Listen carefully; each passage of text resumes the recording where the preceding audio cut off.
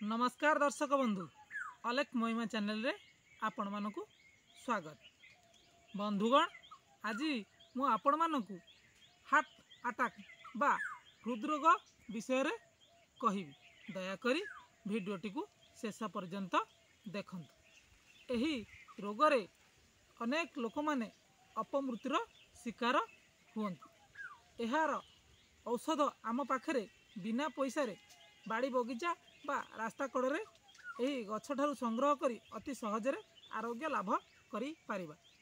एही औषध ग्रहण करने पूर्व आमे सर्वप्रथम आमर झाड़ा औषध खाई झाड़ा सफा करवा आवश्यक होता है। झाड़ा सफा करवा औषध हेउची रात्र रे आमे अधपा गरम क्षीर एवं खांटी जड़ा तेल 1 चामच मिसाई गोलाई रात्र रे पीले सखाळु झाड़ा हो पेट सफा हो जाई था।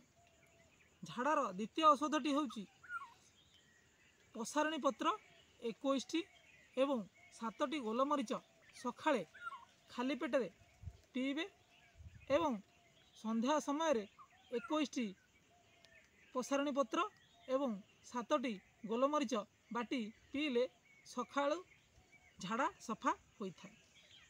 एवं तृतीय औषधटी हेउची कदम्ब पत्रर रस 6 ग्राम एवं 7टी गोलमरीच मिसाई बाटी पानी रे गोलाई सखाळु खाली पेटरे पीले मध्य झाड़ा सफा होता है। एई झाड़ा सफा हेबा समय परे आमे औषध को व्यवहार करिबा। बंधुगण ए वृक्ष को चिन्हंतु।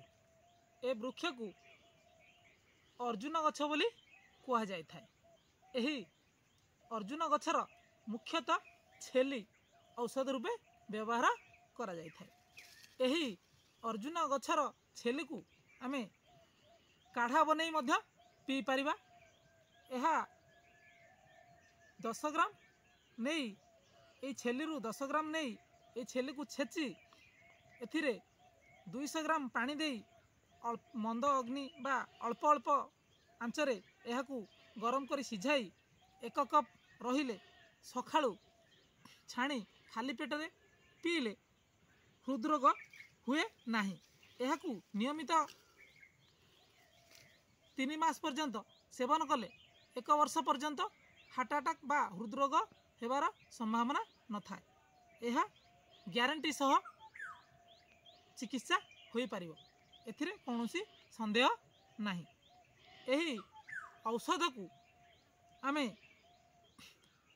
प्रतिदिन सखाळु एवं संजरे बने पी पारिबा। सखाळु बनेबे पीबे एवं संजरे मध्य बने पी पारिबे। एही औषध को आमे नियमित भाव में 3 मास पर्यंत सेवन करिबा। प्रत्येक वर्ष 3 मास पर्यंत व्यवहार कले मरिबा पर्यंत आमको हार्ट अटैक रोगरू बा हृदरोगरू मुक्ति मिली थाए।